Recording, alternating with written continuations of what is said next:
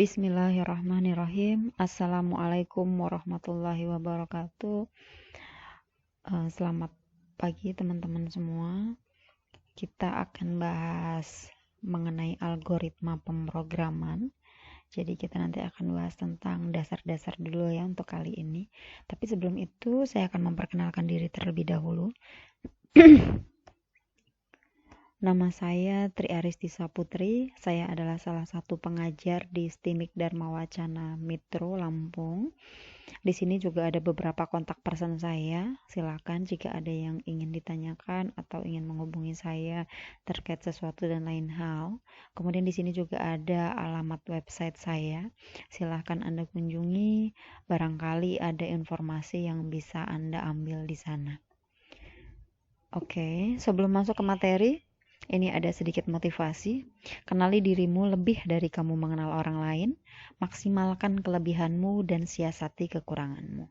Nah, buat teman-teman mahasiswa khususnya, teman-teman harus kenal siapa diri teman-teman semua. Terutama cara belajar, kemudian cara menaikkan mood. Kenapa cara belajar penting? Karena kita tidak akan bisa maksimal menyerap ilmu ketika kita tidak tahu cara belajar yang baik untuk diri kita sendiri itu yang seperti apa. Apakah membaca, apakah mendengarkan, dan lain sebagainya. Kemudian ketika kita down, kita perlu menaikkan mood, menaikkan motivasi. Nah, ini cara kita mengenal diri kita. Bagaimana mood kita bisa naik lagi, motivasi bisa baik lagi, itu juga harus kita tahu bagaimana cara menaikkan mood. Oke, kita langsung masuk ke materi dasar dulu.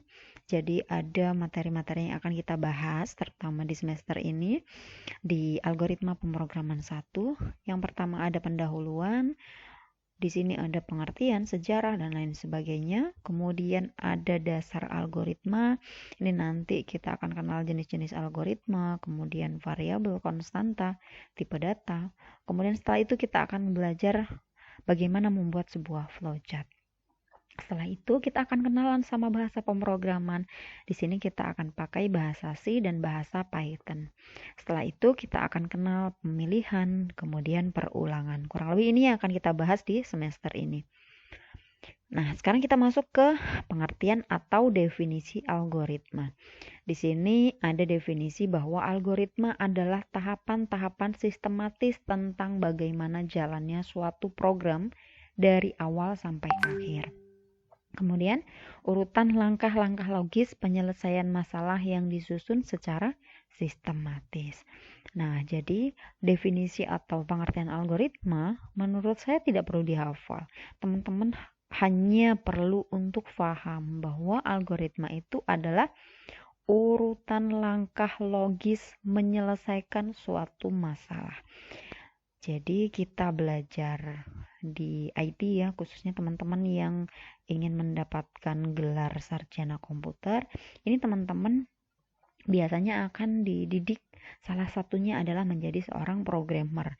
Meskipun ada profesi-profesi lain yang bisa kita dalami atau kompetensinya bisa kita pelajari, tapi salah satunya yang akan kita pelajari ini adalah programmer. Nah, sebagai seorang programmer kita harus tahu jalan cerita dari sebuah program itu seperti apa. Nggak mungkin kita tahu-tahu akan masuk ke dalam sebuah kode program gitu ya, kita langsung ngoding tanpa kita tahu dulu nanti urutan langkah program itu gimana ya, atau alur ceritanya gimana ya gitu. Kita akan kebingungan kalau langsung masuk ke dalam coding. Makanya kita perlu belajar algoritma untuk kita tahu dulu alur ceritanya. Oh begini, berarti nanti pas di coding A, B, C, dan lain sebagainya. Kurang lebih seperti itu gambarannya. Kemudian, secara umum, sebuah program itu ada input, kemudian ada proses, kemudian ada outputnya. Nah, nanti kita juga akan belajar apakah seluruh program ini butuh ketiganya gitu ya.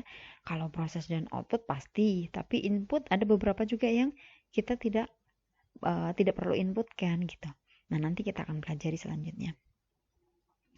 Pasti teman-teman juga udah paham lah ya, udah sering dengar, udah familiar apa itu input, proses, dan output. Nah, input ini adalah masukan. Masukan bisa berupa teks, berupa suara, dan lain sebagainya. Kemudian proses bagaimana nanti si program itu mengolah input yang ada menjadi sebuah output atau keluaran. Nah, keluaran ini teman-teman sebenarnya udah sangat sering ya, outputnya itu bisa print gitu ya, kemudian ada suara yang keluar, dan lain sebagainya. Oke, nah algoritma ini ada dua jenis. Ada pseudocode yang berupa teks dan juga ada flowchart yang berupa gambar. Nah, keduanya ini sama-sama menggambarkan urutan langkah logis tadi. Kenapa sih disebut dengan urutan langkah logis? Karena logis itu kita garis bawahi ya, bahwa logis itu adalah sebuah logika. Nah, setiap orang itu punya logika masing-masing. Jadi yang tadi saya sebutkan bahwa teman-teman nggak perlu menghafalkan tentang definisi dan lain sebagainya. Yang teman-teman perlu itu adalah memahami. Karena nanti algoritma yang kita buat itu boleh sesuai dengan logika kita. Pemikiran logis kita seperti apa. Nah, kita gambarkan. Jadi setiap orang itu juga boleh beda-beda dalam menyelesaikan suatu masalah. Urutan langkahnya boleh beda-beda gitu ya. Yang penting urutan langkah tersebut nanti itu menyelesaikan masalah dengan benar. Oke. Nah, di sini pseudocode dan flowchart juga sama. Urutan langkahnya juga sama ya di satu program gitu ya. Nah, di satu program ini kita boleh buat pseudocode-nya dulu berupa teks, kemudian kita rubah pseudocode itu ke dalam sebuah flowchart yang berbasisnya adalah simbol atau gambar gitu. Jadi urutan langkah dua-duanya ini sama gitu, kurang lebihnya. Oke, kemudian selanjutnya ini ada 4 kata. Ada program, programmer, pemrograman, dan bahasa program. Keempatnya ini saling berkaitan. Teman-teman juga sudah sangat familiar lah dengan kata-kata ini pastinya. Cuman mungkin kadang-kadang teman-teman ini bisa menyebutkan contohnya, hanya definisinya bingung ya. Dan ini juga tidak terlalu baku saya menyebutkan bahwa definisi ini berdasarkan A, B, dan lain sebagainya. Tapi teman-teman harus paham bahwa ini nanti akan kita bahas hasil dari belajar algoritma ini gitu ya. Yang pertama kita bahas adalah program. Di sini saya tuliskan program atau sistem atau aplikasi. Sebenarnya sistem ini lebih luas dari hanya sekadar program atau aplikasi ya. Oke, saya jelaskan secara detail dulu. Program ini adalah hasil dari kita ngoding. Jadi hasilnya itu adalah program. Kemudian di sini ada sistem. Sistem ini sebenarnya lebih luas dari sekadar program tadi.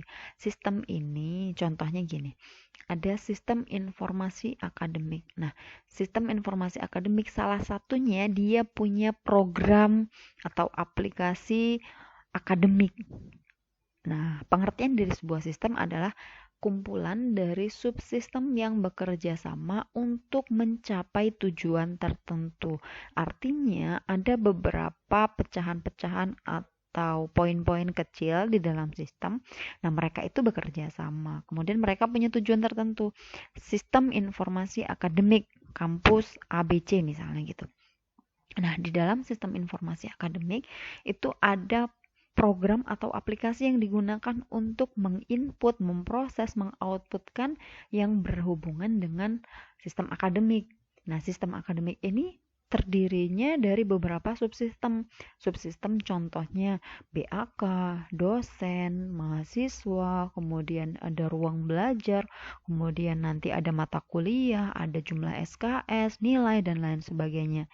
Nah, itu adalah bagian-bagian kecil dari sistem. Program ini termasuk juga bagian kecil dari sebuah sistem. Ini saya tulis garis miring ini karena biasanya teman-teman sering dengarnya program informasi akademik, sistem informasi akademik, aplikasi informasi akademik. Tapi sebenarnya sistem ini lebih luas dari hanya sekedar program atau aplikasi. Oke. Kemudian selain yang tadi, kita juga kenal sama yang namanya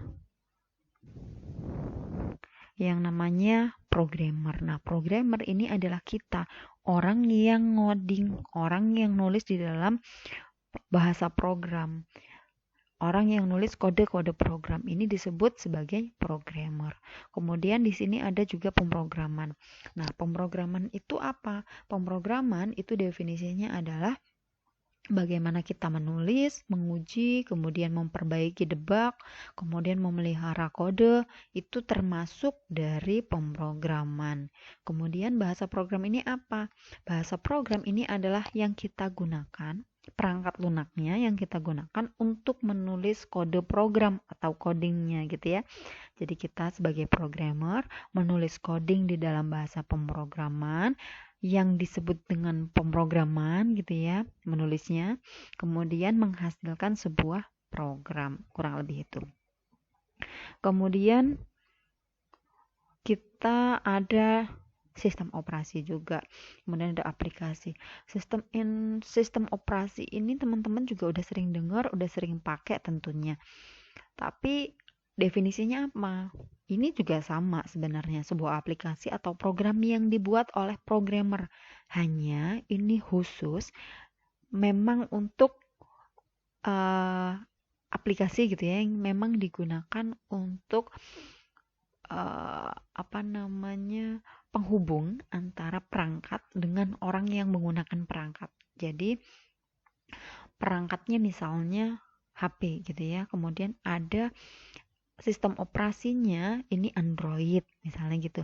Nah, nantinya baru bisa diinstal aplikasi. Kalau kita nggak punya sistem operasi di dalam perangkat tadi, maka kita tidak akan bisa menginstal aplikasi. Jadi aplikasi baru bisa diinstal setelah sistem operasi diinstal. Dan contoh-contoh sistem operasi itu banyak ya, nanti akan kita bahas selanjutnya. Oke, kemudian ini ada contoh program sederhana. Tadi sudah saya sebutkan bahwa algoritma itu adalah urutan langkah secara logis. Nah, di sini urutan langkah secara sederhana untuk membuat mie instan. Di sini ada 3 jenis. Ada program membuat mie instan 1, 2, dan 3. Kemudian kita lihat merebus air, membuka mie instan, bla bla bla bla. Kemudian program membuat mie instan yang kedua ini juga ada 5 langkah. Kemudian yang ketiga juga punya 6 langkah. Kemudian sebenarnya ketiganya ini intinya sama, memasak mie instan, tapi beda langkah-langkahnya. Yang pertama, yang program membuat mie instan 1 ini ada merebus air, kemudian membuka mie instannya, kemudian memasukkan mie dalam air. Setelah itu mie-nya ditiriskan, setelah itu bumbu disiapkan di piring, setelah itu diaduk, kemudian dihidangkan. Nah, program membuat mie instan yang kedua ada membuka mie instannya dulu, setelah itu merebus air dalam mie, kemudian memasukkan bumbu ke dalam mie, kemudian mengaduk mie, kemudian siap dihidangkan.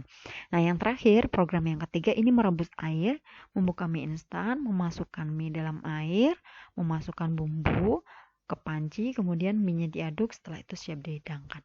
Kemudian, apakah ketiganya ini yang benar hanya salah satu? Enggak. Ketiganya juga benar. Tadi sudah saya sebutkan bahwa logis. Logis itu sesuai dengan logika orang masing-masing. Anggaplah di sini ada 3 programmer. Mereka sama-sama akan membuat mie instan. Hanya caranya mereka itu beda-beda. Tapi hasilnya sama. Dan prosedurnya ini tidak ada yang disalahi gitu ya. Maka ketiganya bisa dibilang benar. Hanya memang logika mereka itu berbeda gitu. Makanya cara menyelesaikan masalah mereka itu berbeda. Nah, ini juga jadi catatan ya bahwa teman-teman nggak perlu berpatokan kalau misalnya lihat programmer satunya menyelesaikan masalah program A kok seperti ini ya, kok saya beda ya, oh kok nama variabelnya beda ya. Itu nggak usah jadi patokan ya, artinya tidak ada yang mutlak. Ini semua hanya berdasarkan logika masing-masing orang. Oke, terima kasih. Mungkin untuk yang kali ini sekian dulu. Mungkin yang sedikit bisa bermanfaat buat teman-teman. Kurang lebihnya saya mohon maaf. Saya akhiri. Wabillahi taufiq walhidayah. Wassalamualaikum warahmatullahi wabarakatuh.